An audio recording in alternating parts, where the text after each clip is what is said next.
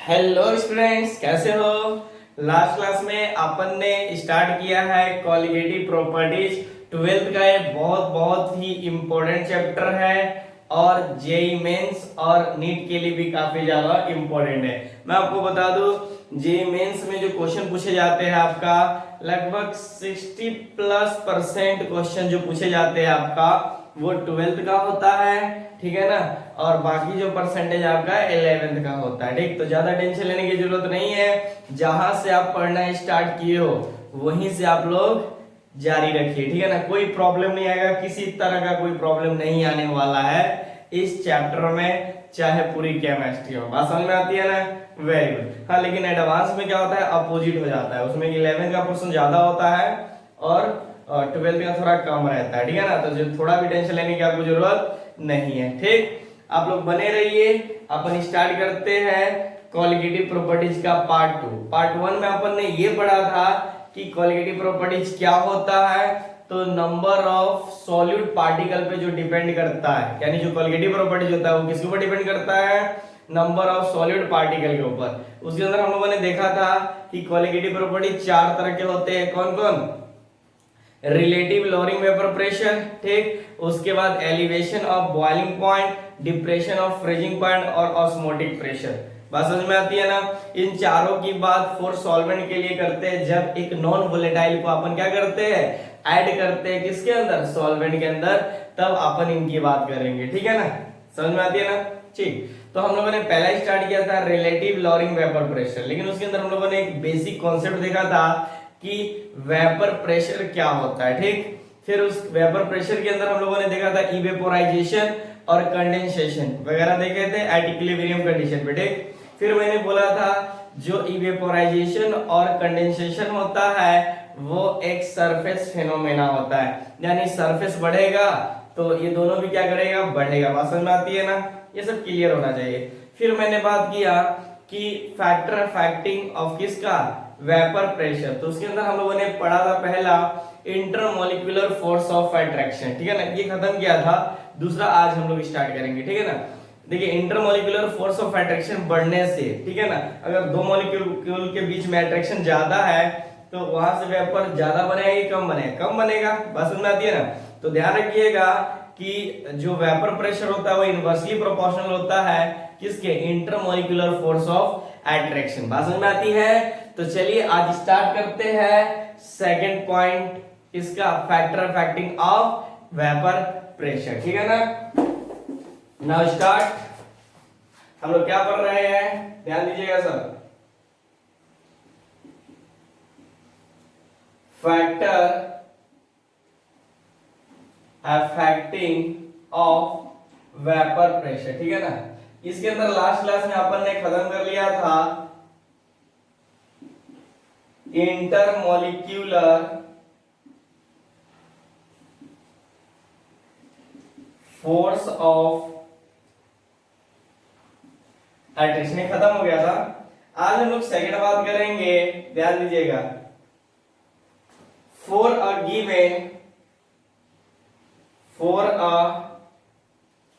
Given liquid, the vapor pressure only on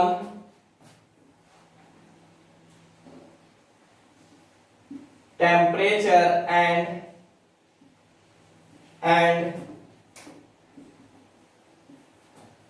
is independent, it is independent,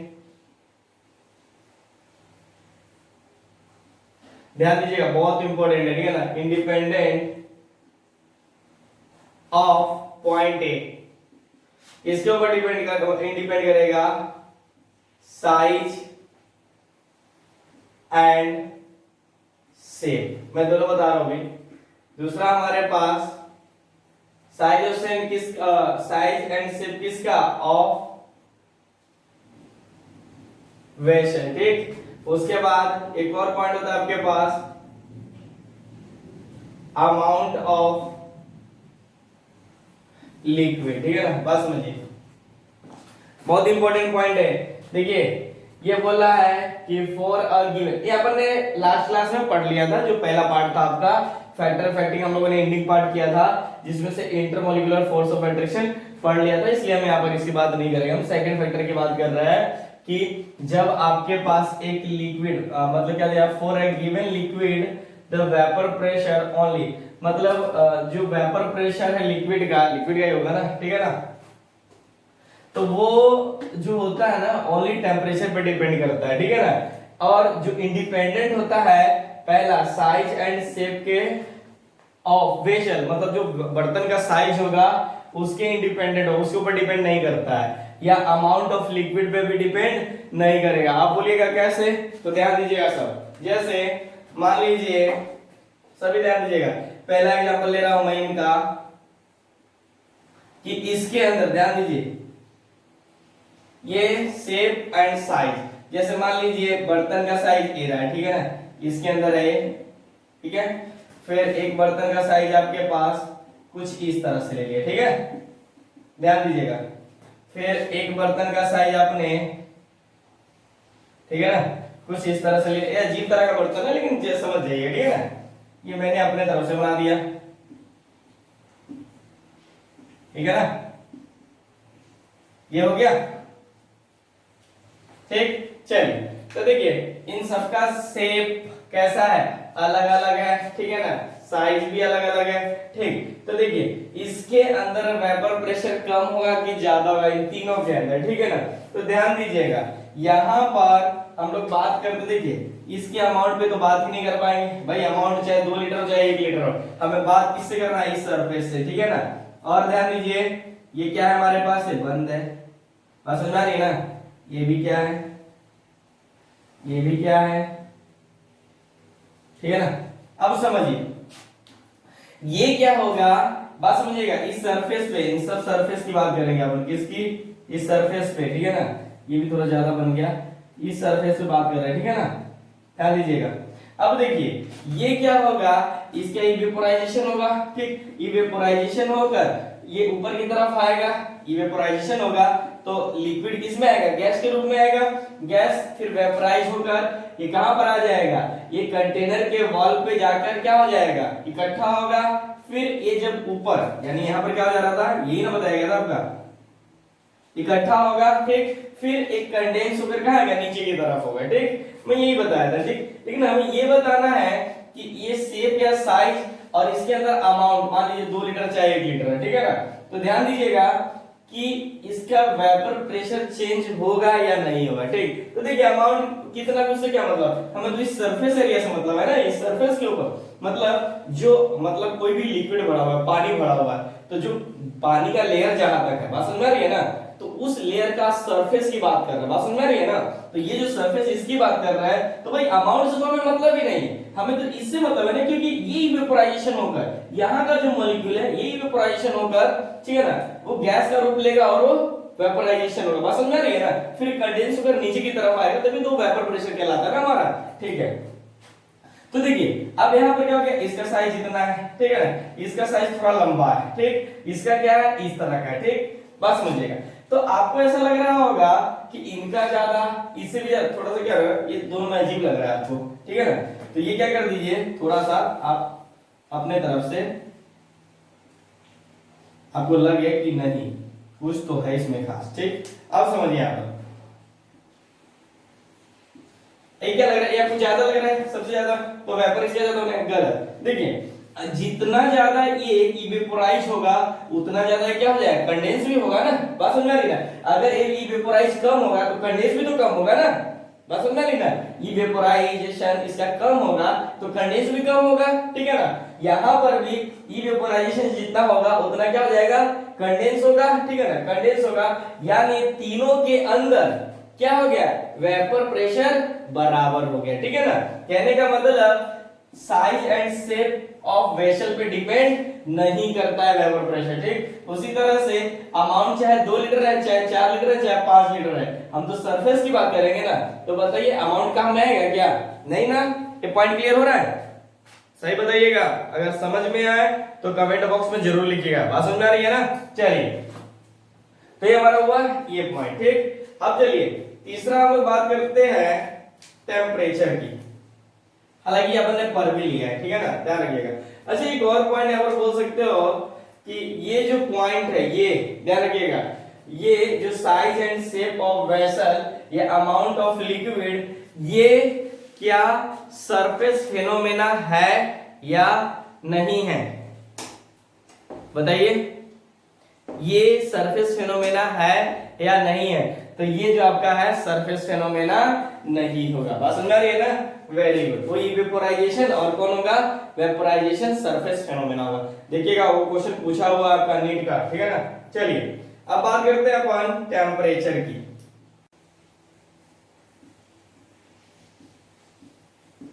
temperature, ठीक है ना। अब देखिए क्या होता है कि जब टेम्परेचर को अपन इंक्रीज करते हैं तो वेपर प्रेशर क्या करेगा? ऑटोमेटिक बढ़ेगा या घटेगा?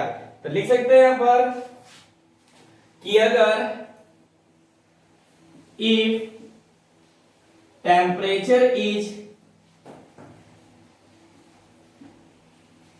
increases then vapor pressure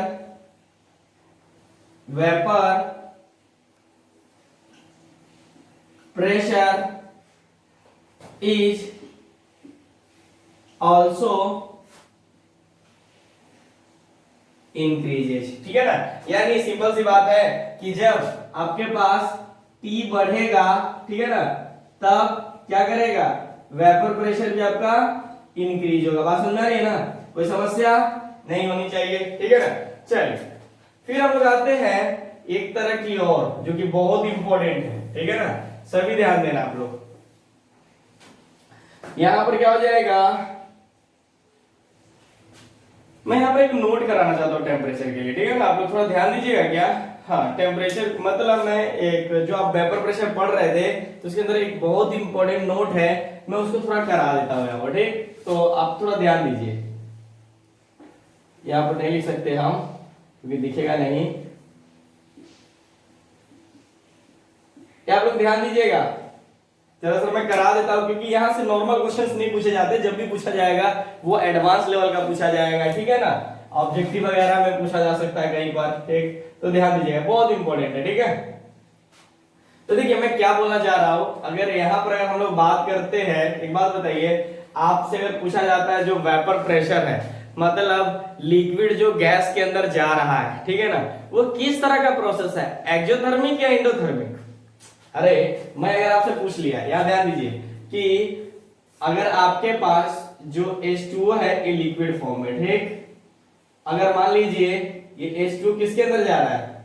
gas के अंदर जा रहा है, तो ये कैसा प्रोसेस है, एंडोथर्मिक है कि एक्सोथर्मिक है? अरे अब बताओ, वो सब गैस में जाने के लिए क्या कर रहे हो? हीट सप्लाई कर रहे हो ना, और सप्लाई कर रहा मतलब दे रहे हो उसको, तो इसका मतलब क्या हुआ? अरे क्या हुआ बताओ, आपने दिया हीट या लिया? तो दिया, इसका मतलब क्या हो गया?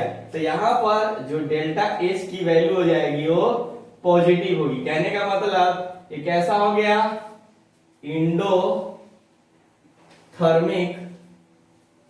प्रोसेस। बात समझ आती है ना, कोई दिक्कत नहीं। यहां से और भी बहुत सारी बातें कर लेते हैं हम लोग थोड़ी सी, ठीक है ना। मुझे याद आ गया इसलिए मैं करवा देता हूं, ठीक है ना। नहीं याद आता तो नहीं करवाते, ठीक है ना, क्योंकि ये फैक्टर ऑफ फैक्टिंग का नहीं है, ठीक है ना, ये वेपर प्रेशर के अंदर की बात कर रहे हैं, ठीक है ना। चलिए अगर मैं आपसे बोल लूं यहां पर, ये सेकंड पॉइंट है, ठीक है, कि अगर यहां पर अगर बात करते हैं हम लोग कि जो टेम्परेचर है आपका उसको आप इंक्रीज करते हो, ठीक है ना, तो बताइए के की वैल्यू क्या करेगी, इंक्रीज या डिक्रीज? इंक्रीज करेगी तो रिएक्शन किस साइड में जाएगा? अरे सिंपल सी बात है कि जब टेम्परेचर इंक्रीज होगा तो जो वेपर होगा उसका क्या करेगा, ज्यादा बनेगा, तो रिएक्शन फॉरवर्ड डायरेक्शन में जाएगा। कहने का मतलब रिएक्शन किस साइड में जाएगा? इस साइड में शिफ्ट करेगा, ठीक। अगर बात करते हैं यहां पर कि हम लोग टेम्परेचर को डिक्रीज कर रहे हैं, ठीक है ना, तो इसका मतलब जो क्या हो जाएगा, ये भी डाउन होगा, और जो रिएक्शन होगा किस साइड में होगा, इसका इस डायरेक्शन हो जाएगा, ठीक। एक और छोटी सी पॉइंट में कर लेता हूं, जब इतना कर ही लिया कि अब यहीं पर अगर आपने क्या किया, प्रेशर को इंक्रीज किया, प्रेशर इंक्रीज किए, ठीक है ना, तो वॉल्यूम क्या करेगा? अरे वॉल्यूम घटेगा ना, और जब वॉल्यूम घटेगा तो रिएक्शन किस साइड में आएगा, बैक साइड की राइट साइड, मतलब फॉरवर्ड में, अरे बैक साइड ही होगा ना, ठीक है ना। तो यहां पर क्या हो जाएगा, रिएक्शन बैक साइड में आएगा, क्योंकि वॉल्यूम घटेगा तो रिएक्शन सब इस डायरेक्शन में शिफ्ट होगा, ठीक, वेरी गुड। इसी तरह से अगर P को अपन डिक्रीज किया तो समझ जाइए वॉल्यूम क्या करेगा, इंक्रीज करेगा। अरे जब प्रेशर कोई कंटेनर के अंदर, इसी कंटेनर के अंदर आप प्रेशर दिए तो वॉल्यूम क्या हो जाएगा, कम हो जाएगा, ठीक है ना, बात समझ में आ रही है ना। तो जब वॉल्यूम कम होगा तो रिएक्शन बैकवर्ड में आएगा, ठीक है ना, इस साइड में शिफ्ट करेगा। ये मैंने ऐसे डायरेक्शन बता दिया, क्या हो सकता है कि मेरी कभी ऑब्जेक्टिव पूछ लिया जाए, ठीक है ना। अब देखिए एक और पॉइंट है कि एक बार एडवांस में क्वेश्चन आया भी हुआ है, हालांकि नॉर्मल एग्जाम में नहीं पूछा गया, बस एडवांस लेवल में, इसलिए इस पे ज्यादा हम लोग जाते नहीं है। बहुत सारे चीज है, मतलब आपने केमिकल काइनेटिक्स में भी पढ़ा, इक्विलिब्रियम में भी पढ़ा, जो अभी कराने जा रहा हूं, ठीक है ना। होता क्या है कि अगर मान लीजिए दो टेम्परेचर दिया हुआ है, ठीक, एक टेम्परेचर पे आपसे वेपर प्रेशर पूछ रहा है, ठीक है ना, तो फिर कैसे निकालिएगा, तो उनके लिए एक फॉर्मूला आता है हमारे पास, जिसके बारे में मैं थोड़ा सा बता रहा हूं, आप लोग जानते भी होंगे।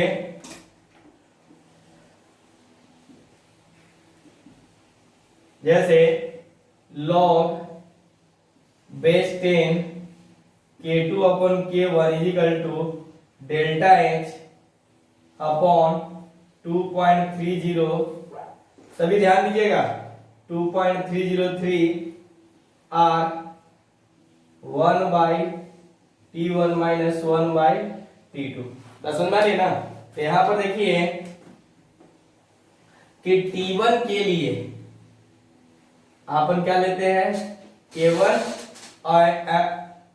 एंड T2 के लिए क्या लेते हैं अपन, K2, बात समझ आ रही है ना, क्या चीज, T1 के लिए K1 और T2 के लिए K2 लेते हैं, बात समझ आ रही है ना, कोई दिक्कत नहीं होनी चाहिए यहाँ पर, ठीक है ना। अब यहाँ पर आ जाइए, अगर बात करते हैं कि जो K है ये किसके बराबर हो जाएगा, पार्शियल यानी वेपर प्रेशर के बराबर। P क्या है हमारे पास यहाँ पर, P हो जाएगा आपके पास वेपर प्रेशर हो जाएगा, बस समझ में आती है ना, कोई दिक्कत है नहीं ना, वेरी गुड। चलिए तो यहां पर मैं एक और पॉइंट लिख सकता हूं, देखिएगा ध्यान से, K2 upon K1 is equal to P2 upon P1 लिख सकते हैं।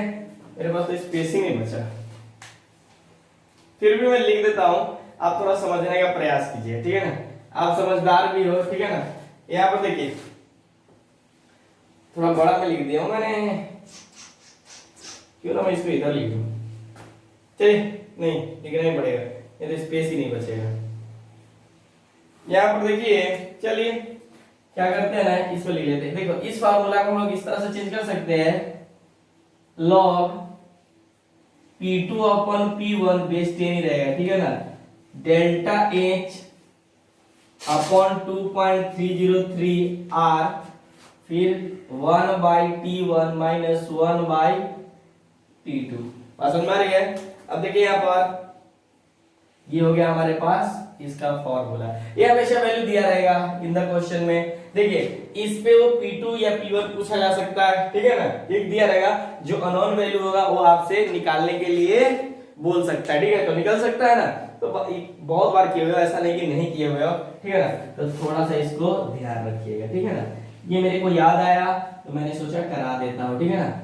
बस मतलब कभी कभी क्या हो जाएगा, दो टेम्परेचर देकर एक प्रेशर पूछ सकता है, तो आप बता सकते हो ना, वेरी गुड, मुझे पता है बहुत बहुत बहुत बहुत ज्यादा ही समझदार, ठीक, नोट कीजिए जल्दी फटाफट।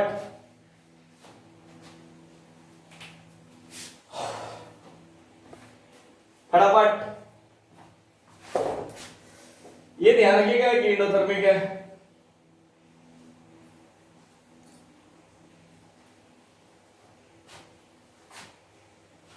इसका नाम भी होता है वो,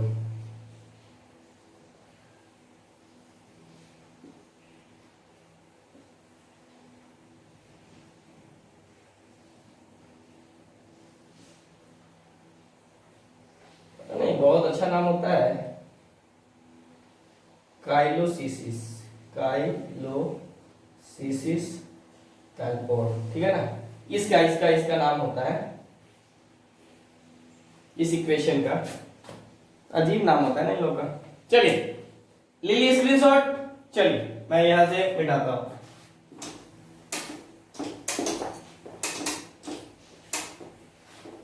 ये हमारा तीसरा था। अब हम लोग आते हैं फोर्थ पे। ठीक, ये नोट था, ये कोई तीसरा चौथा नहीं था, ये एक नोट था वेपर प्रेशर के। थोड़ी से पॉइंट्स मैंने, बहुत इंपॉर्टेंट पॉइंट है जो कि थोड़ा सा ध्यान रखें, ठीक है ना। नोटबुक में जब भी लिखिएगा ना, तो ये तो आप लोग तो नोट बनाते हुए चल रहे होंगे, अगर रफ पे लिख रहे होंगे तो इसको क्या कीजिएगा, वेपर प्रेशर का जो फैक्टर फैक्टिंग कराया था उससे जस्ट पहले लिखना, ठीक है ना। Very good. चलिए अब आते हैं हम लोग फोर्थ पे। फोर्थ पे effect of addition of non volatile solute, ठीक है ना। क्या है, effect of addition of non volatile solute, मतलब जब एक नॉन वोलेटाइल सॉल्यूट को सॉल्वेंट के अंदर जब मिक्स करते हो तब उसके वेपर प्रेशर में इफेक्ट क्या पड़ेगा। एक बात बताइए, नॉन वोलेटाइल का मतलब मैंने फिर से बताया था, उसका मतलब होता है चीनी वगैरह, शुगर हो गया, ठीक है ना, क्या नॉन वोलेटाइल है। ठीक, अब बताइए, जब आप वाटर के अंदर, पानी के अंदर जब आप क्या करते हो, चीनी को डालोगे तो उसका वेपर प्रेशर ज्यादा बनेगा कि कम बनेगा। अबे सिंपल सी बात है, जब अपन चाय बनाते हैं, ठीक है ना, तो जो चाय बनता है, ठीक, तो मान लीजिए बॉयल हो रहा है, आप जैसे नॉन वोलेटाइल सॉल्यूट डाला, मतलब चीनी डाला, तो बताइए वो जो बॉयल हो रहा था वो मतलब वेपराइज हो रहा था, अब वेपराइज कम हो जाएगा कि ज्यादा हो जाएगा, जो उसका वाष्प बन रहा था वो कम बनेगा कि ज्यादा बनेगा, तो ज्यादा ही बनेगा ना गधो, कम बनेगा।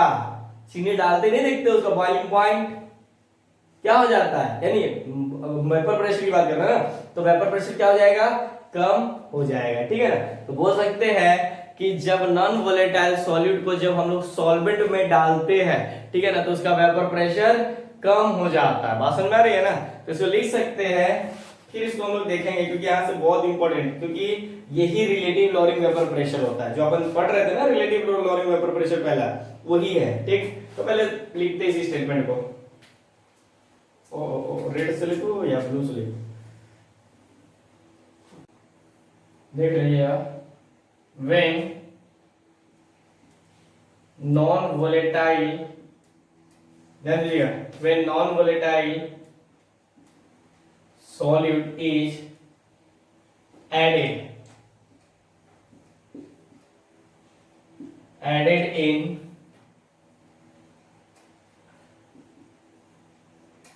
pure liquid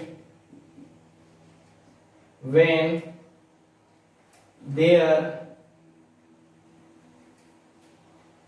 vapor pressure, ध्यान दीजिएगा ये ना, when their vapor pressure of solution is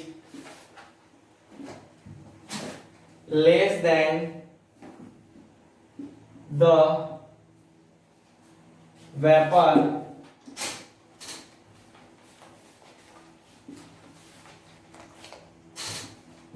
pressure of pure liquid. बस समझ में आ रही है ना, सिंपल सी बात है कि जो प्योर लिक्विड होगा, ठीक है ना, तो उसका वेपर प्रेशर ज्यादा बनेगा, किसके कंपेयर में, जो सॉल्यूशन वाला हो, मतलब जिसके अंदर आपने क्या डाल दिया है, सॉल्यूट, नॉन वोलेटाइल सॉल्यूट डाला, तो उसका वेपर प्रेशर क्या हो जाएगा, कम हो जाएगा। बात समझ आती है ना, वेरी गुड। जैसे हम यहाँ पर एक बात कर सकते हैं, थोड़ा सा ध्यान दीजिएगा कि मान लीजिए दो कंटेनर है आपके पास, एक कंटेनर है आपके पास ये और दूसरा आपके पास, ठीक है ना, ध्यान दीजिएगा, इसके अंदर आपके पास है सिर्फ और सिर्फ क्या चीज, प्योर वाटर है, ठीक है ना, तो इसका जो वेपर प्रेशर हो जाएगा ये कितना हो जाएगा, मैं मान लेता हूं पी नॉट। ठीक, अब देखो जैसे इसके अंदर अपन ने क्या किया, एक NaCl डाल दिया, NaCl डाल दिया, ठीक है ना, NaCl सॉलिड है, यहां पर जब आएगा तो NaCl एक्वस बना देगा, ठीक है ना, तो ये क्या हो जाएगा, वेपर प्रेशर ऑफ किसका, ये सॉल्यूशन हो जाएगा, तो इसका जो वेपर प्रेशर बनेगा मैं मान लेता हूं PS। बात समझ में आ रही है ना, ये ध्यान रखिएगा, ये प्योर है आपके पास, ठीक है ना, तो बात समझ में आ रही है ना, और ये क्या हो गया, ये मिक्सचर हो गया, ये सॉल्यूशन हो गया। ठीक, तो चलिए यहाँ पर हम लोग बात कर सकते हैं कि आप बताइए किसका वेपर प्रेशर यहाँ पर ज्यादा बनेगा, मतलब इस मिक्सचर का वेपर प्रेशर ज्यादा बनेगा कि इसका ज्यादा बनेगा। तो नॉर्मली आप बता सकते हो कि देखिए इसका जो बॉइलिंग पॉइंट होगा, मान लीजिए इनका बॉइलिंग पॉइंट कितना है, 100 डिग्री सेल्सियस है। अरे वाटर का कितना होता है, 100 डिग्री सेल्सियस है। देखिए जो चीनी वगैरह होता है, चाहे ये सब होता है, वो क्या होता है, उसका वाष्प वगैरह यानी वेपर नहीं बनता है, ठीक है ना। लेकिन फिर भी इनका जो वेपर प्रेशर यानी जो इसका बॉइलिंग पॉइंट होगा 100 डिग्री सेल्सियस है, तो 100.5 100.2 3.5 वगैरह तो बन सकता है ना, कुछ ना कुछ तो उसका बॉइलिंग पॉइंट बढ़ेगा ना, तो उसकी वजह से क्या हो जाएगा, इसका वेपर प्रेशर कम हो जाएगा। ठीक, तो आप ध्यान से रख सकते हो, यहाँ पर देख सकते हो कि जो यहाँ पर P नोट है वो ज्यादा हो जाएगा किसे कंपेयर में, PS के कंपेयर में। बात समझ रही ना, कोई दिक्कत नहीं। अब समझिए कि यहां पर आप लिख भी सकते हो कि जो P नोट है वो क्या चीज दिया हुआ है, वेपर प्रेशर ऑफ सॉल्यूट। ठीक, उसके बाद जो PS दिया हुआ है किसके लिए, वेपर प्रेशर ऑफ सॉल्यूशन, मतलब ये सॉल्यूशन है आपके पास और ये सॉल्यूट है। पसंद आती है ना, कोई दिक्कत नहीं होनी चाहिए। ठीक, वेरी गुड। अब आते हैं हम लोग यहां पर एक चीज लिख सकते हैं कि देखिए जो यहां पर देखिए जो इसका वेपर प्रेशर होगा, ध्यान दीजिए किससे का, सॉल्यूट का, तो ये P नोट है। ठीक, अब देखिए यहां पर P नोट के बाद यहां पर क्या दिया हुआ है, PS, तब P नोट में से जब PS हटा देंगे, बात समझ आ रही है ना, इतना में से क्योंकि इसका वेपर प्रेशर कम है कर देंगे, तो इसी का एक नया नाम होता है लोअरिंग वेपर प्रेशर। क्या बोल सकते हैं, तो ये P note minus PS, lowering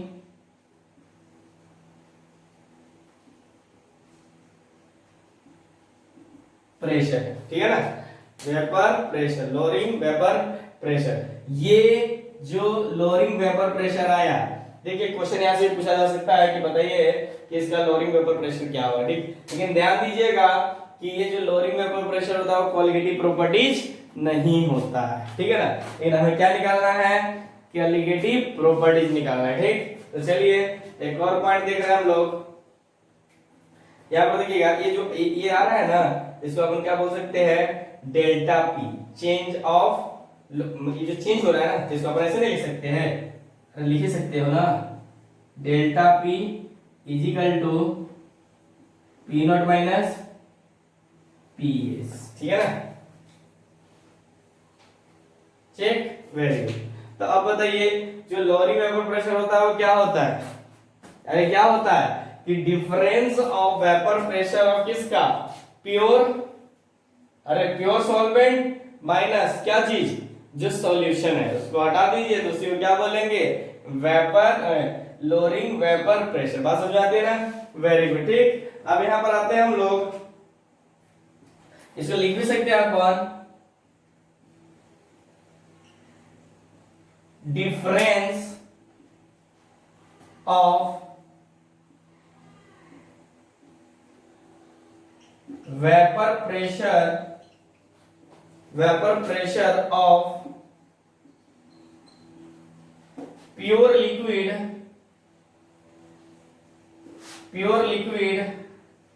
and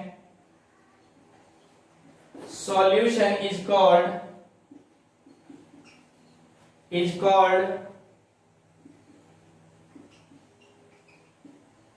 lowering vapour pressure, ठीक है ना, क्या हो गया, ये लोअरिंग वेपर प्रेशर हो गया। भूल जाइएगा भाई, नोट मत कीजिएगा, एक और पॉइंट हमें देखना है। देखिए फिर क्या होता है कि आप क्या करते हो, यहां पर कुछ नहीं करते हो कि जब P नॉट माइनस को PS से क्या करते हो, मतलब प्योर सॉल्वेंट को जब आप क्या करते हो सॉल्यूशन से माइनस करते हो और डिवाइड किससे कर देते हो, P नॉट से, तो इसी का नाम होता है RLVP। कहने का मतलब रिलेटिव लोअरिंग वेपर प्रेशर, ठीक है ना। क्या हो गया ये, रिलेटिव लोअरिंग वेपर प्रेशर, बहुत इंपॉर्टेंट है। यहां से आपके पास न्यूमेरिकल बनना स्टार्ट हो जाएगा, बात समझ में आ रही है ना। लेकिन उसको स्टार्ट करने से पहले अपन क्या करेंगे, थोड़ी सी राउल्ट्स लॉ की भी बात करेंगे, ठीक है ना।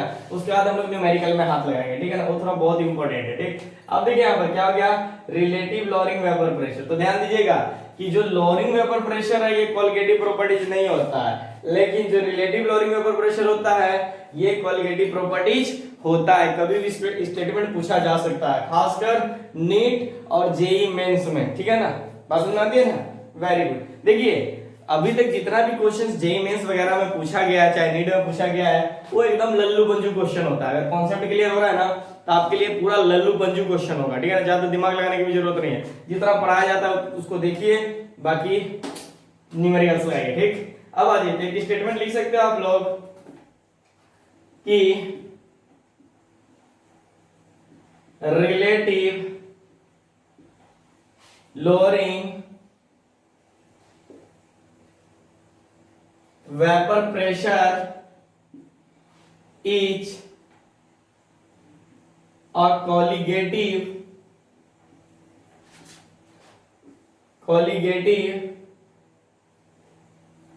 properties, but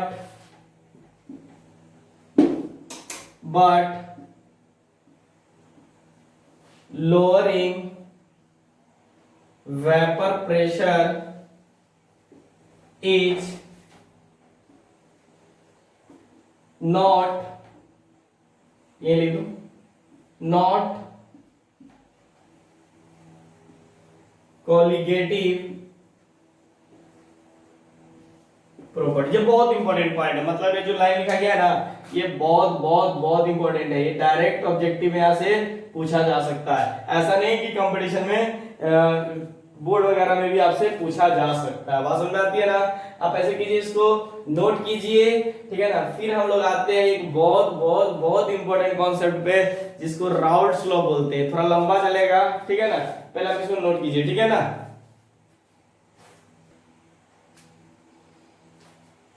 चलिए स्क्रीनशॉट ले लीजिएगा अगर नहीं लिखा हो तो।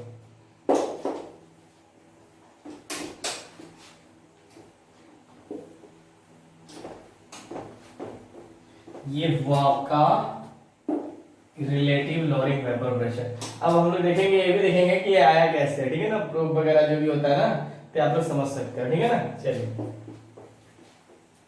हालांकि राउल्ट्स लॉ इससे पहले पढ़ना पड़ता है, लेकिन मैं थोड़ा सा सीक्वेंस अलग करके पढ़ाता हूँ। इससे क्या होता है ना कि सब एक साथ आने पर हमारा कॉन्सेप्ट बहुत अच्छा रहता है। कुछ चीज पहले पढ़ लीजिए, कुछ चीजें बाद में पढ़िए, इससे क्या होता है ना कि कंफ्यूजिंग पॉइंट ज्यादा पड़ता है, ठीक है ना। अब देखिएगा एक पॉइंट खत्म होता है ना, न्यूमेरिकल्स अपने आप बनना स्टार्ट हो जाएगा, समझ आ रही है ना। चलिए, तभी जो आ रहा है आपके पास एक बहुत बहुत बहुत इंपॉर्टेंट है, इसका नाम है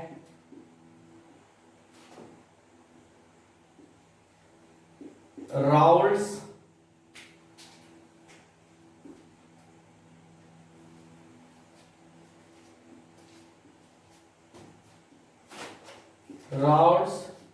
लॉ, ठीक है ना। अबे राउल्ट्स लॉ होता क्या, पहले इसका मतलब समझिए, ठीक है ना। मान लीजिए किसी भी सॉल्यूशन के अंदर वोलेटाइल कंपोनेंट का वेपर प्रेशर निकालना है, तो समझ रहे ना। सॉरी, मान लीजिए कि कोई सॉल्यूशन है, ठीक है ना, तो उसके अंदर जो वोलेटाइल क्या है आपके पास, वोलेटाइल कंपोनेंट दिया हुआ है, उसका वेपर प्रेशर निकालना है, ठीक है ना। वेपर प्रेशर निकालना है तो जो उसका वेपर प्रेशर होगा वो मोल फ्रैक्शन के डायरेक्टली प्रोपोर्शनल होगा। किसके होगा, मोल फ्रैक्शन के डायरेक्टली प्रोपोर्शनल होगा। या सिंपल सा इतना बात एक लाइन में याद रखिए ना कि अगर सॉल्यूशन के अंदर आपने वोलेटाइल का वेपर प्रेशर, वोलेटाइल कंपोनेंट का वेपर प्रेशर निकालना, इसी को क्या बोलते हैं अपन, राउल्ट्स लॉ, ठीक है ना। बात समझ में आती है ना।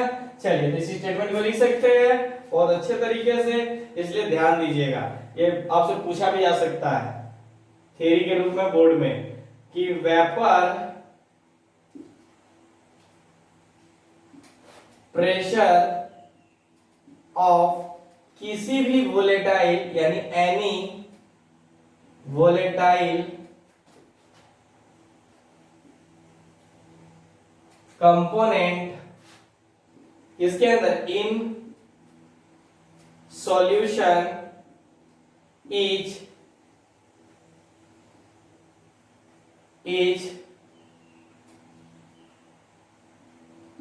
डायरेक्टली प्रोपोर्शनल टू द, ये पे लिख दो, to the component in the solution. बात समझ आती है ना? फिर से मैं बता रहा हूं कि किसी भी सॉल्यूशन के अंदर वोलेटाइल कंपोनेंट का वेपर प्रेशर निकालना रहेगा, ठीक है ना? तो जो उसका वेपर प्रेशर होगा वो डायरेक्टली प्रोपोर्शनल किसके होगा, मोल फ्रैक्शन के डायरेक्टली प्रोपोर्शनल होगा। बात समझ आती है ना? कोई दिक्कत नहीं है ना? Very good. चलिए यहाँ पर ले लीजिए, पहले मैं थोड़ा सा कंटेनर वगैरह बनाता हूँ अच्छे से। पहले सबको तो हटा दीजिए क्योंकि इन लोगों का काम यहाँ पर है नहीं अभी, यही सब आएंगे रूप बदल बदल कर। देखिए एक ही फार्मूला ना बार बार रिपीट होगा। यहाँ पर क्या होता है, जो भी फार्मूला एक बार देखिए ना उसको सेट कीजिए, ठीक है ना? प्रूफ मैं कर रहा हूँ तो ध्यान देने का कोशिश कीजिए। कारण क्या होता है, कितना भी चाहे वो IIT मेन हो, एडवांस हो, नीट हो, एम्स हो, चाहे बोर्ड एग्जाम हो, उसमें क्या होता है ना, एक ही फार्मूला को घुमाकर क्वेश्चन पूछेगा। मतलब क्वेश्चन अलग अलग होंगे लेकिन फार्मूला एक ही हो जाता है। जितना पढ़े हो ना सबसे बहुत आसान न्यूमेरिकल बनेगा, ठीक है? देखते चलिए आप लोग। ठीक, मान लीजिए आपके पास 2 कंटेनर दिया गया है। मान लीजिए क्या होता है ये, ठीक, थोड़ा मैं इसको इधर लिखूं क्या, इधर ना भगा दे क्योंकि उधर भी तो स्पेस रहेगा। ये हो गया, ध्यान देना थोड़ा सा। इसके अंदर तो वही होगा वाटर, इसके अंदर भी, ठीक। अब देखिए ये जो आपके पास दिया हुआ है ये, अरे ये तो दिया हुआ आपके पास सॉल्वेंट है, ठीक, और ये जो दिया हुआ आपके पास सॉल्यूशन है।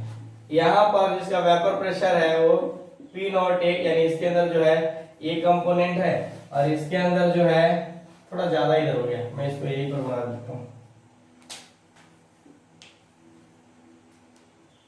ठीक है ना? ये हो गया, मतलब यही है आपके पास। अब देखो ये क्या हो गया, ये सॉल्यूशन है आपके पास, ठीक है? अब देखिए ये क्या हो गया, इसका वेपर प्रेशर A, ठीक। ध्यान दीजिएगा यहां पर जो मॉलिक्यूल है A, यहां पर भी क्या है A, लेकिन इसके साथ एक और भी है छोटे छोटे, कौन कौन से है? तो यहां पर सिर्फ और सिर्फ A है, अरे क्या है, वोलेटाइल है। यहां पर क्या है, A, लेकिन इसके अंदर B। अगर मैं आपसे पूछूं कि इन दोनों में से वेपर प्रेशर किसका ज्यादा होगा, इसके अंदर किसका वेपर प्रेशर ज्यादा होगा, तो ध्यान दीजिएगा आपके पास P0A है, इसका ज्यादा हो जाएगा PA से। बात समझ आए? ठीक। अच्छा हाँ, एक बहुत बड़ी इंपॉर्टेंट पॉइंट कि ये जो रहेगा ना सॉल्वेंट का वेपर प्रेशर जो रहेगा ये आपको हमेशा क्वेश्चन में दिया रहेगा, ठीक है ना? लेकिन ये जो वेपर प्रेशर है ये आपको हमेशा कैलकुलेट करना रहेगा। ध्यान रखिएगा हमेशा क्या चीज, कि इसको हमेशा कैलकुलेट करना पड़ेगा और इसको आपको क्या करना पड़ेगा, ये हमेशा आपको क्वेश्चन के अंदर दिया रहेगा, ठीक। अगर मैं बोलूं अगर यहां से B, ये जो B कंपोनेंट है इधर इसको हटाया जाए, ठीक है ना, तो बताइए इनका वेपर प्रेशर क्या हो जाएगा, अरे क्या हो जाएगा, बढ़ेगा कि घटेगा? ऑटोमेटिक है कि बढ़ेगा, ठीक है ना? अरे भाई ये नॉन वोलेटाइल वाला जो है ये जब कंपोनेंट को आप हटाइएगा, ठीक है ना, तो क्या हो जाएगा, ये बढ़ेगा। अगर B मतलब इस सबको हटा दीजिएगा तो इसका वेपर प्रेशर किसके बराबर आ जाएगा, इसके बराबर आएगा कि नहीं आ जाएगा? बात समझ रही है ना? तो हम यहाँ पर एक बात लिख सकते हैं कि जो वेपर प्रेशर ऑफ A है, ठीक है ना, वो किसके ऊपर डिपेंड कर रहा है, वो यहाँ पर मैं लिख सकता हूँ ना, vapour pressure of A is directly proportional to mole fraction of A, यानी इस ए की कंपोनेंट पे डिपेंड करेगा। बात समझ आ रही है ना। अब यहाँ से एक और पॉइंट मैं आपको बता दूं, जब इस साइन को हटाते हैं तो आपके पास क्या हो जाएगा, कांस्टेंट आ जाएगा। जैसे यहाँ पर देखिए, हालांकि आप ये भी लिख सकते हो जैसे मैं बता रहा हूं, और इसे सिंपल तरीका भी बता दूंगा जिससे कि आपको आसानी हो जाएगा, ठीक है ना। अगर उतना भी ज्यादा मुश्किल हो रहा है तो आप डायरेक्ट इस कांस्टेंट को हटाइएगा ना, मतलब इसको हटाइएगा तो एक कांस्टेंट आएगा आपके पास, लेकिन डायरेक्ट नहीं लेना क्योंकि कभी कभी ग्राफ भी पूछ लिया जाता है। बात समझ में आ रही है ना। तो देखिए यहाँ पर कि इसको हम लोग P, ये देखिए P A is equal to K dot एक से लिख सकते हैं, एक से लिख सकते हैं। तो देखो यहां से आप लोग ग्राफ बना सकते हो, y is equal to mx, और यहाँ पर मान लीजिए ना वैल्यू क्या दिया हुआ 0, तो c। अरे बात समझ सकते हो ना। अगर आपके पास यहाँ पर अगर मैं बोलूं k की वैल्यू निकालने के लिए तो a का नॉन है, तो ग्राफ के थ्रू अरे एक पॉइंट लेकर, ठीक है ना, आप एक ग्राफ निकाल सकते, मतलब k की वैल्यू निकाल सकते हो। अरे y इक्वल टू mx पे नहीं निकाल सकते k की वैल्यू, आराम से निकाल सकते हो, ठीक है ना, कोई दिक्कत नहीं। अगर मैं आपसे बोलूं यहाँ पर Pa क्या है, अरे Pa क्या है, वेपर प्रेशर है कि नहीं है, ठीक। और ये क्या है, मोल फ्रैक्शन ऑफ किसका, A का, मोल फ्रैक्शन ऑफ ये, कोई दिक्कत नहीं होनी चाहिए। Very good. अब देखिए यहाँ पर ये तो हम लोग इसकी बात कर ही रहे हैं, ठीक है ना। तो यहाँ पर कि जब अपन करते क्या है, यहाँ पर एक्स ए की वैल्यू क्या करते हैं, यहाँ पर मोल फ्रैक्शन की वैल्यू मैक्सिमम ले लेते हैं। मैक्सिमम कितना होता है, यहाँ पर दे दीजिए, व्हेन एक्स सी की वैल्यू हम लोग मैक्सिमम लेते हैं तो बताइए ये क्या हो जाएगा, ये ध्यान रखिएगा हमेशा।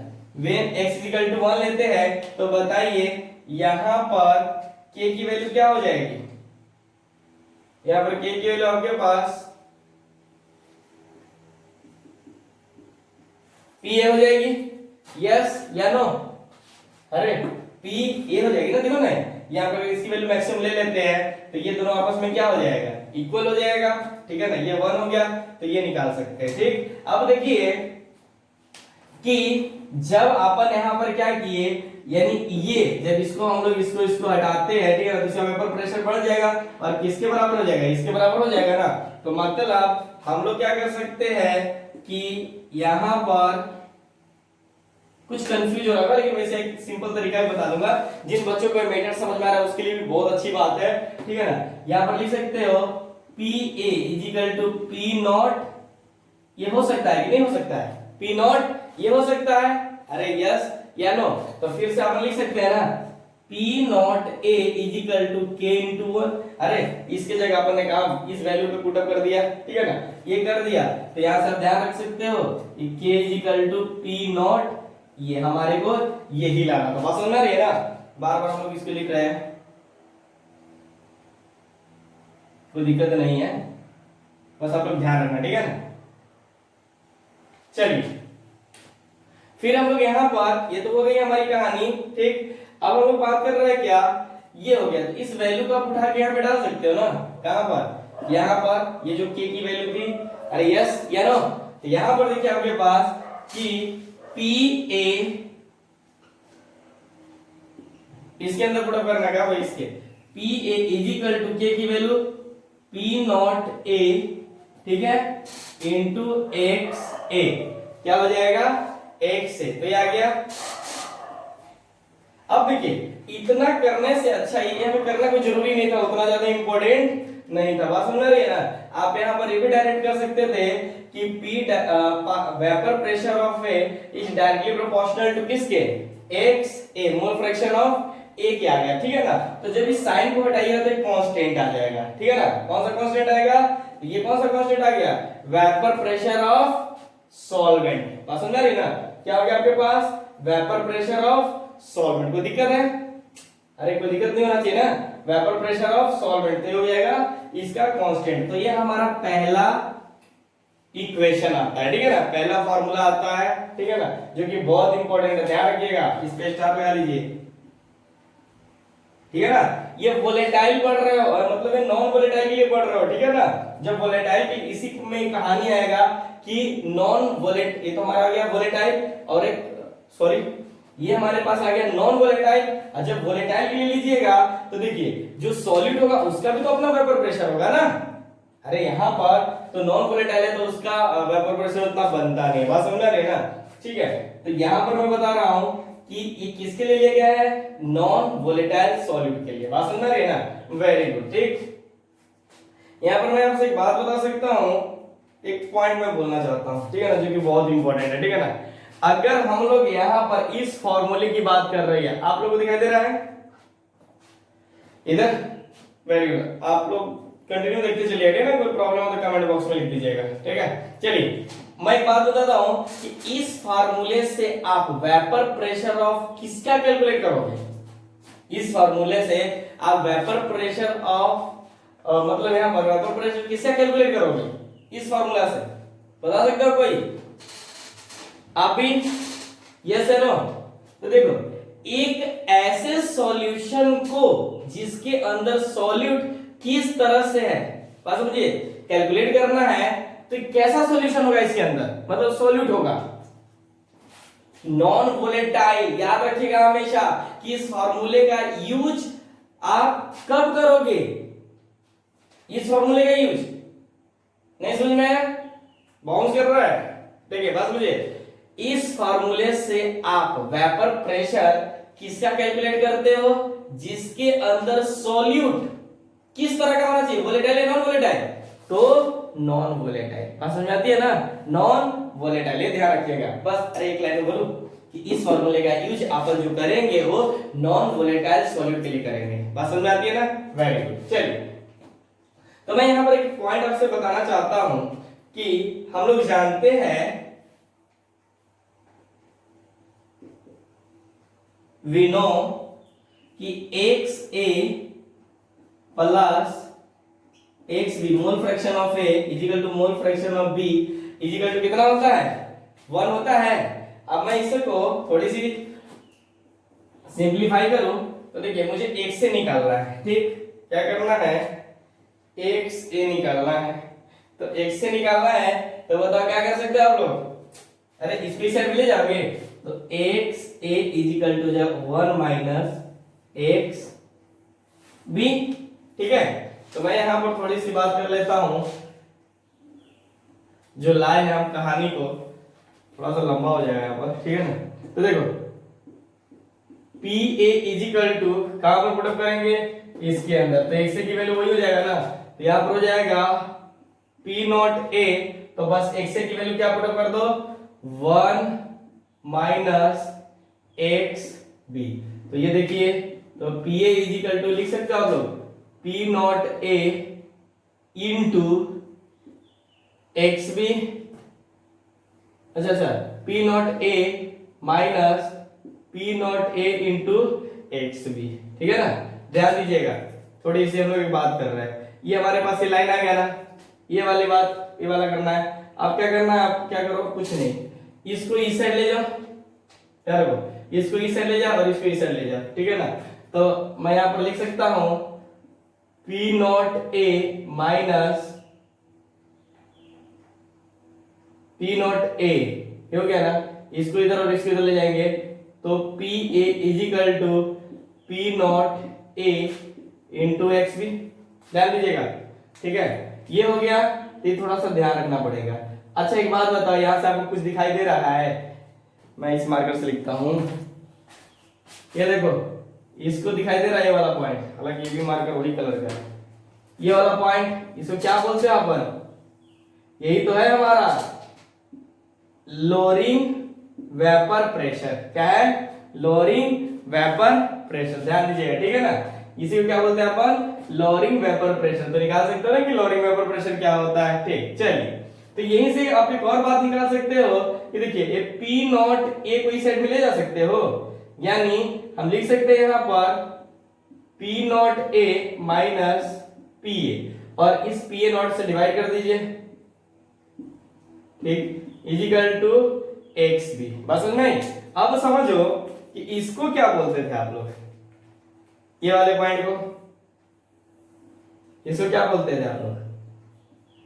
Relative lowering vapour pressure. ठीक, इसका लिखने का तरीका और भी है, देखो ऐसे, देखो बहुत सारा है कि delta P upon P nought A is equal to X B, ये भी लिख सकते हो। ये हमारे पास क्या है, ध्यान दीजिएगा,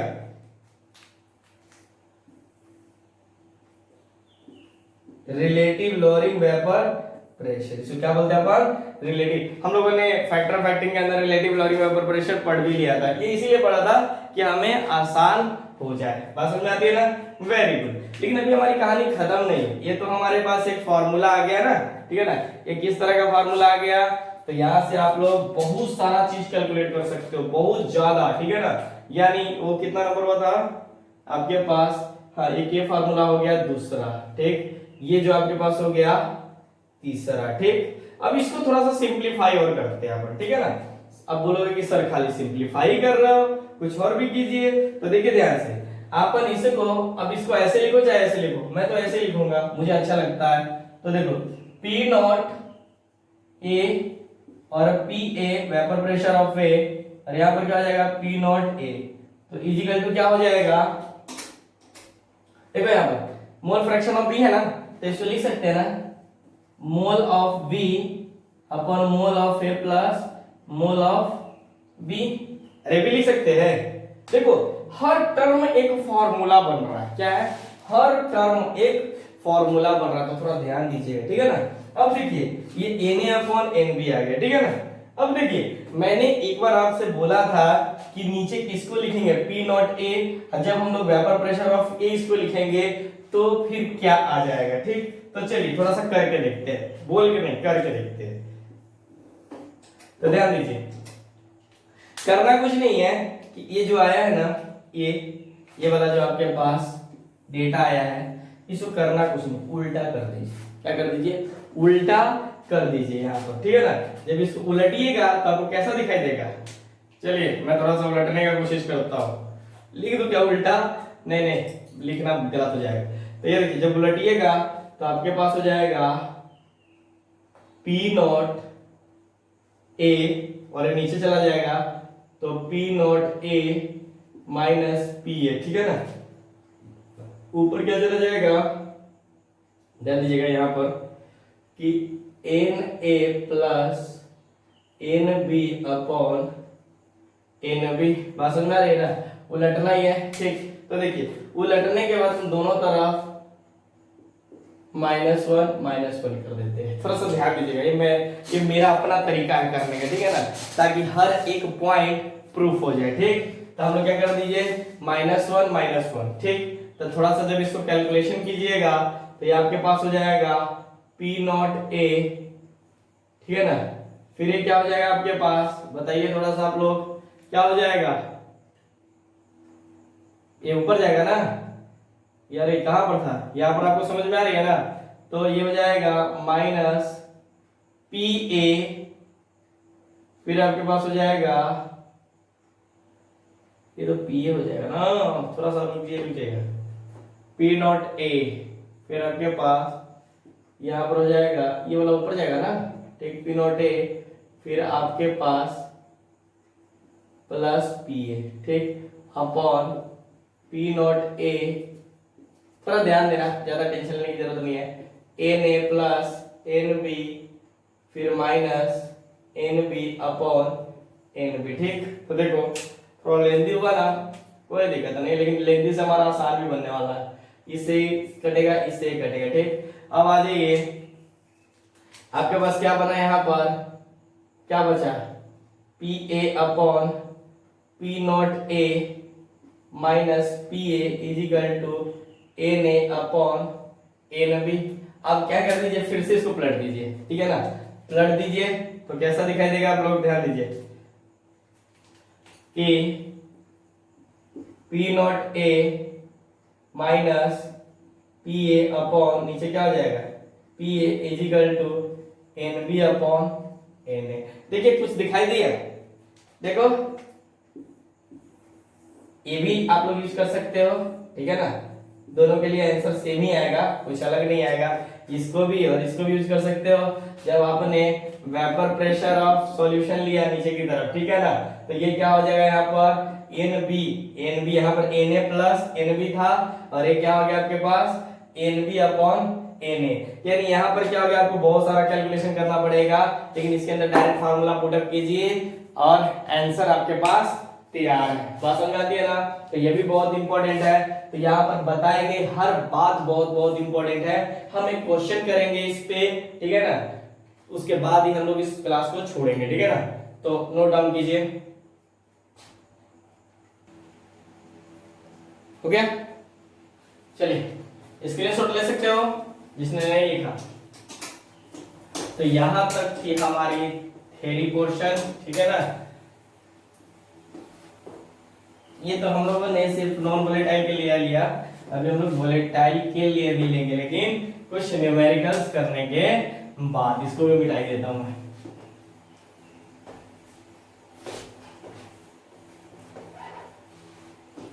जितना भी टर्म पढ़े, जितने भी पॉइंट पढ़े, उन सब पे क्वेश्चन लेंगे, ठीक है ना। देखो ये ही फॉर्मूला से सब कहानी खत्म होगा, ठीक है ना। चलिए फॉर्मूला की बात ही नहीं करेंगे, ठीक है ना, मेन कॉन्सेप्ट की बात करेंगे। चलिए यहाँ से बहुत सारे क्वेश्चन पूछे भी होंगे, बहुत सारे क्वेश्चन नहीं भी पूछे होंगे, हम सबको डील करते हैं। तो एक क्वेश्चन है आपके पास, ध्यान दीजिएगा, क्वेश्चन की वैल्यू थोड़ा सा देखते हैं। 30 gram of urea is added in 45 gram of water at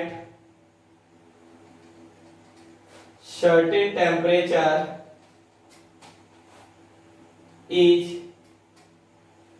vapor pressure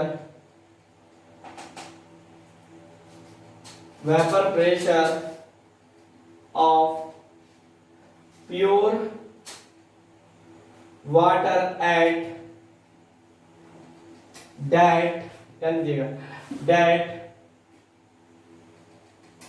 temperature is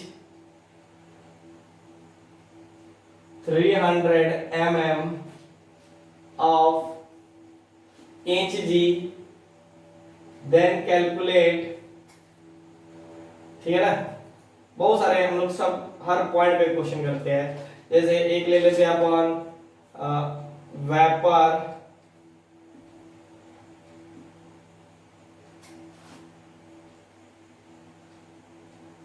pressure of इसका सॉल्यूशन का।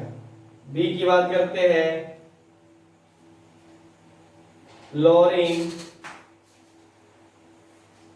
वेपर प्रेशर यानी LVP, ध्यान दीजिएगा, ठीक है।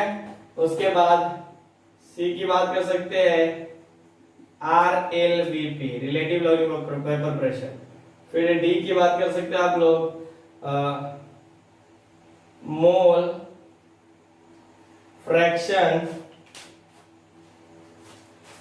Fraction of solute and solvent, ठीक है ना, मार्कर दीजिए। हाँ ये हो गया। यहां पर आपके पास एक और ले लेते हैं कि एक मोलारिटी, हालांकि ये भी निकाल लेते हैं मोलारिटी। इसका मैंने एक स्पेशल केस बताया था आपको, मोलारिटी। मैं आपको फिर से रिपीट करूंगा कि molarity, normality, formality, mole fraction, ये जितने भी पढ़ाए गए थे बेसिक्स पार्ट में, मैं इन सब का क्वालिटी प्रॉपर्टी जो पढ़ रहे हो तो इसके डिस्क्रिप्शन में चले जाइए, किसी भी पार्ट में जाइएगा, डिस्क्रिप्शन में जाने के बाद आपको लिंक मिल जाएगा। तो मैं आप लोगों को बोलूंगा कि बेसिक्स वगैरह पढ़ लीजिएगा, उसका मैंने ऑलरेडी करा के रखा है, ठीक है ना। 1-2 क्लास में आप लोग कंप्लीट कर लीजिएगा, उसको पूरा एक साथ पढ़ लीजिएगा। उसके बाद क्वालिटी प्रॉपर्टीज में हाथ लगाइए, इससे क्या हो जाएगा, कॉन्सेप्ट आपका काफी क्लियर रहेगा। उधर क्या हो जाएगा, मोल कॉन्सेप्ट का पूरा क्वेश्चन बेसिक्स पार्ट में आ जाएगा, इधर पूरा कवर हो जाएगा। बात समझ में आती है ना। मतलब इस तरह से हम लोग चलेंगे ना कि हमें कभी भी ये दिमाग में ना आए कि मेरा 11 छोटा हुआ है। 11 को गोली मारो, ठीक है ना, पूरा 11th, आपको लग रहा होगा कि आप 11th नहीं पढ़े हो, लेकिन आप जाकर क्वेश्चन बनाएंगे पूरा 11th का क्वेश्चन बन जाएगा। पता है क्यों? क्योंकि 12th के अंदर पूरा 11th इंक्लूड कर दिया गया है, ठीक है ना। ऐसे पढ़ाया जा रहा है ना कि पूरा 11th ही क्लियर हो गया होगा, ठीक है, तभी तो क्वेश्चन बनाने में मजा आएगा ना। देखिए यहाँ पर तो डिस्क्रिप्शन में जाकर आप लोग देख लीजिएगा, ठीक, वेरी गुड। नहीं तो आप लोग लिखिएगा basic concept of solution by Rajiv Ranjan sir, YouTube पे आ जाएगा डायरेक्ट, ठीक है ना, वेरी गुड। अब आ जाइए यहां पर हो गया, तो ये चलिए अब अपन क्या करते हैं, सब निकालते हैं। ठीक है, आपके पास दे रहा है कि 30 gram of urea is added in 45 gram of water at certain temperature is vapour pressure of pure water, ठीक है ना। एट दैट टेम्परेचर कितना है 300 mm। बात समझ में आती है ना, वेरी गुड, ठीक। तो एक ही वेपर प्रेशर मतलब एक ही प्रेशर दिया गया हुआ है, ठीक है ना। बात समझ में आ रही है, दूसरा आपको निकालना भी पड़ता है, ठीक है, क्योंकि जो लोअरिंग वेपर प्रेशर निकालिएगा तो उसमें तो आएगा ना काम। चलिए देखते हैं पहले। सबसे पहले तो अपन क्या करते हैं, ये जो आपके पास सॉल्वेंट का और सॉल्यूट का मोल दिया हुआ है ना, ग्राम दिया हुआ है, इसको मोल में चेंज कीजिए, ठीक है ना। किसमें चेंज कीजिए, मोल में। तो लिख सकते हैं ना, नंबर ऑफ मोल ऑफ किसका, सॉल्यूट यूरिया। अरे सॉल्यूट ही हमारा यूरिया है ना, यूरिया इजिकल टू कितना दे दिया, कितना दिया आपके पास 30 ग्राम, 30 ग्राम।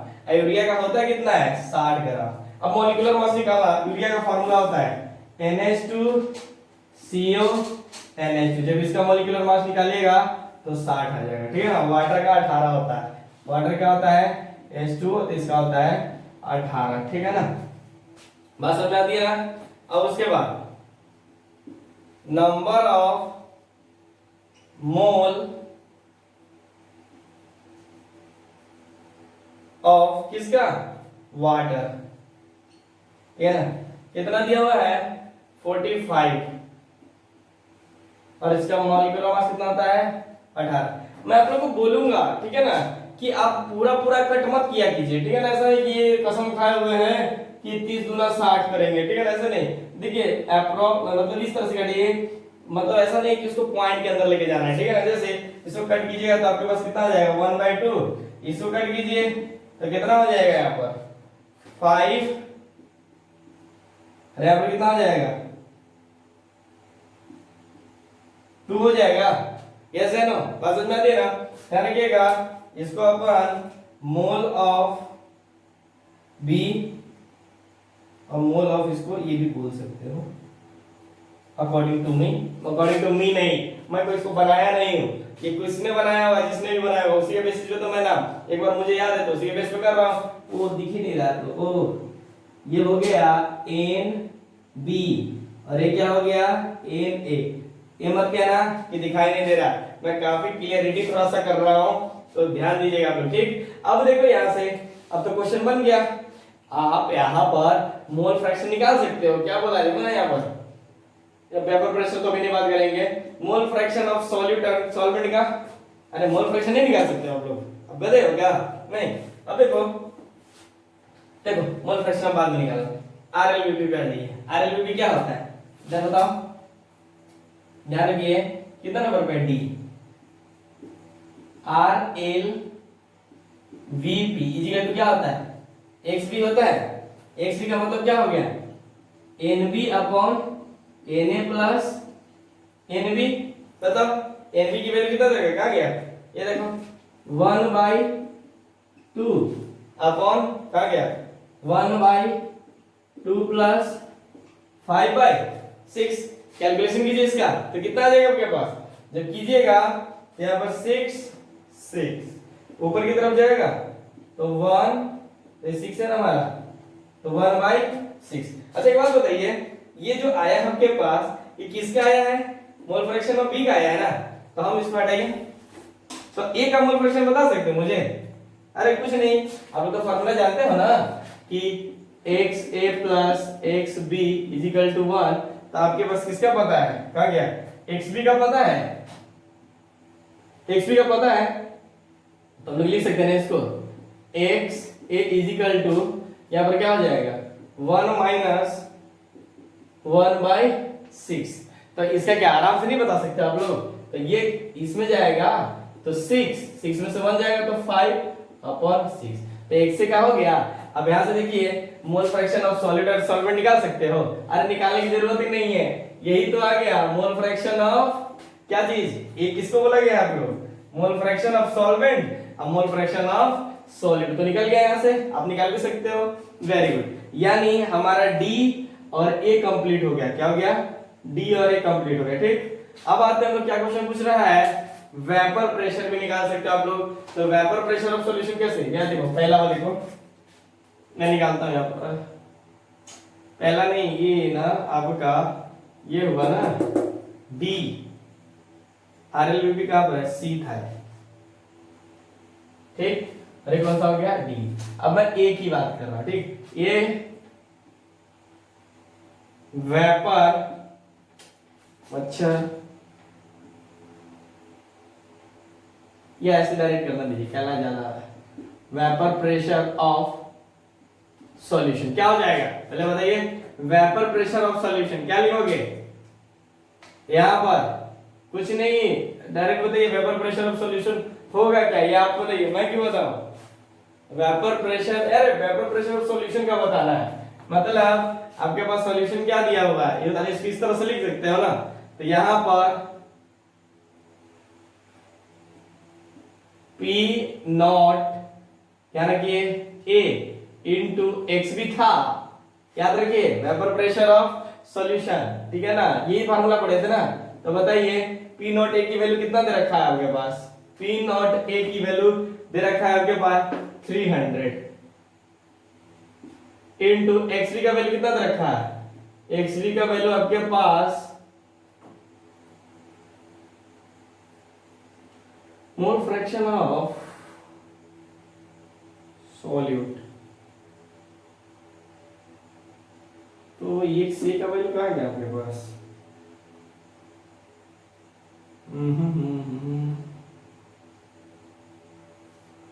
ये दे दिया ना आपके पास यहाँ पर, अच्छा ये तो मोल निकला है ना, मोल फ्रैक्शन की जरूरत है हमें, वेरी गुड। हाँ ये मोल हम लोग यहाँ पर नजर डाल रहे हैं, लेकिन ये देखो यहाँ पर मोल निकला था, ठीक है ना, वेरी गुड। तो बताइए इसके वैल्यू कितना आ जाएगा आपके पास, जब कैलकुलेशन कीजिएगा तो ये हो जाएगा आपके पास लगभग, देखो यहाँ पर 6.5, तो डिवाइड कीजिएगा तो अप्रॉक्स 250, अरे वेपर प्रेशर है तो mm ऑफ इंच, ठीक है ना, वेरी गुड।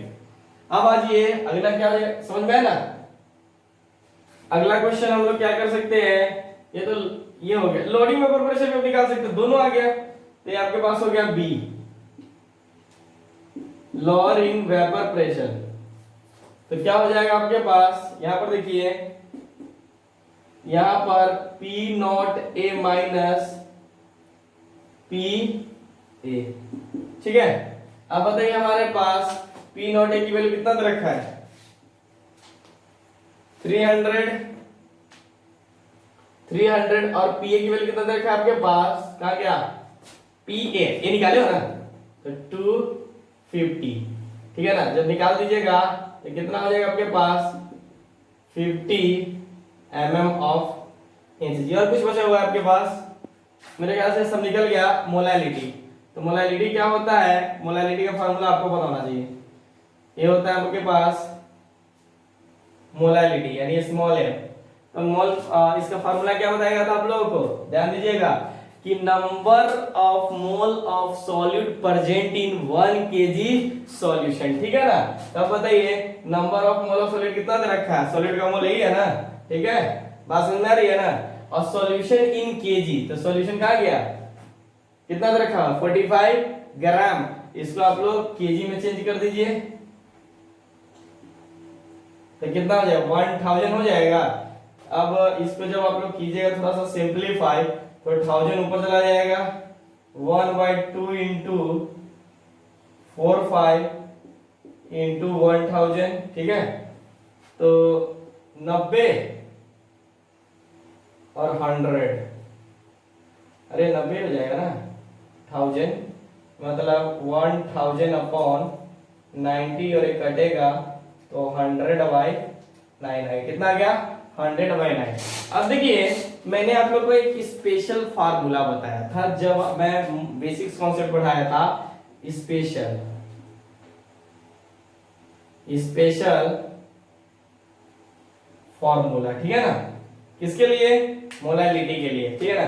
तो क्या बताया गया था? मोलालिटी का फार्मूला क्या होता है? कुछ नहीं, तो देखो एक स्पेशल, ये डायरेक्ट वैल्यू पुट अप करने के लिए सॉल्यूट अपॉन, ठीक है ना, क्या हो जाएगा? एक प्लस, ठीक है ना, इसको किससे डिवाइड कीजिएगा? फॉर वाटर के लिए, मेन वाटर की बात करते हैं अपन, बस वैल्यू पुट अप कर दो, क्या हो जाएगा? बोला जैसे देखो मोल फ्रैक्शन ऑफ सॉल्यूट अपॉन क्या हो जाएगा? मोल fraction of solvent plus water का हो जाएगा, ठीक है ना? तो ये वाटर कितना हो जाएगा रामेर? इसको किस में चेंज कर दीजिए? हालांकि आप इसको ध्यान नहीं रखिएगा, सॉरी ये आपका सॉल्वेंट हो गया। बात समझ आती है ना? अब देखो ये हमारे पास एक स्पेशल फार्मूला है, इसको ध्यान रखिएगा, ठीक है ना? फॉर मी, मेरे लिए याद रखिएगा, ठीक है ना? क्योंकि इसको मैंने बना रखा है, मैंने कुछ नहीं बनाया, सब बना बनाया रहता है, बस हम लोग उसको फॉलो करते हैं, ठीक है ना? अब बताइए मोल फ्रैक्शन ऑफ सॉलिड कितना दे रखा है आपके पास? बताइए जल्दी। अरे देखो ना यहाँ पे मोल फ्रैक्शन ऑफ सॉल्यूट, तो सॉल्यूट का आपके पास 1/6, ठीक है ना? सॉल्वेंट की वैल्यू कितना दे रखा है? 5/6 प्लस 18/1000। कैलकुलेट कर लो, जल्दी करो। इसे कैलकुलेट कर सकते हो कि नहीं कर सकते हो, कि मुझे फिर करना पड़ेगा? तो बताओ कितना हो जाएगा फटाफट? आप भी बताइए और आप भी बताइए, दोनों बताइए। अरे 1/6, ये तो समझ में आ रहा है ना? 1/6 y क्या हो जाएगा आपके पास? तो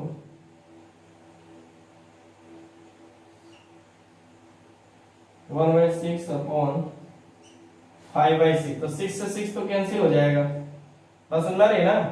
6 से 6 तो कैंसिल हो जाएगा, बस समझ रहे ना? अब क्या करिए,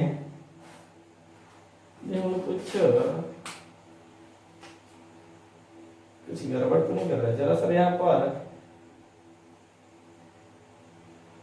ध्यान दीजिएगा क्योंकि गलत हो रहा है कहीं ना। सॉलिड है ऊपर जाएगा तो 1000 इंटू 18, देखिए पहले निकालिए तो इसके बराबर आना चाहिए, ठीक है? तो निकालिएगा, ये तो कैंसिल हो गया, तो 1/5 इंटू 18 इंटू 1000, तो कितना हो जाएगा आपके पास? देखिए तो 18 पंजे 40 और इतना, हाँ सही, कट कीजिएगा तो कितना हो जाएगा? 100/9। देखिए दोनों ही केस में कैसा आ रहा है आंसर? दोनों ही केस में सेम ही आएगा, अगर कुछ नहीं। मैं आपको, अगर आपको ये समझ में आ रहा है तो इसको ही कीजिए। ये मैंने अपने तरफ से थोड़ा सा बना रखा है, थोड़ा सा लेंदी नहीं है, डायरेक्ट पुट अप, थोड़ा सा हम लोग यहाँ पर प्लस कर दिए थे, तो इसको थोड़ा ध्यान रखें, ठीक? अब क्या करते हैं, बहुत लंबा क्लास हो गया, ठीक है ना? आज का जो क्लास था बहुत इंपॉर्टेंट था। अगर कहीं से कोई पॉइंट अगर मिस कीजिएगा, कोई मतलब डाउट होगा, तो आप कमेंट बॉक्स में जरूर लिखिए, कहीं ना कहीं से डाउट को जरूर क्लियर कीजिए, क्योंकि ये चैप्टर बहुत बहुत बहुत इंपॉर्टेंट है। देखिए कितने लल्लू पंजू क्वेश्चन है, ठीक है ना? ऐसा लगता है हार्ड होता है, ऐसा कुछ भी नहीं, ऐसा लगेगा कि कहीं पे कोई हार्ड है, नहीं, ठीक है ना? और इसका कैलकुलेशन भी बहुत आसान होता है, ठीक? Okay, thank you. Next class में मिलते हैं। लाइक सब्सक्राइब जरूर करें अगर अच्छा लगे तो, नहीं तो डिसलाइक भी जरूर करें। Okay, thank you.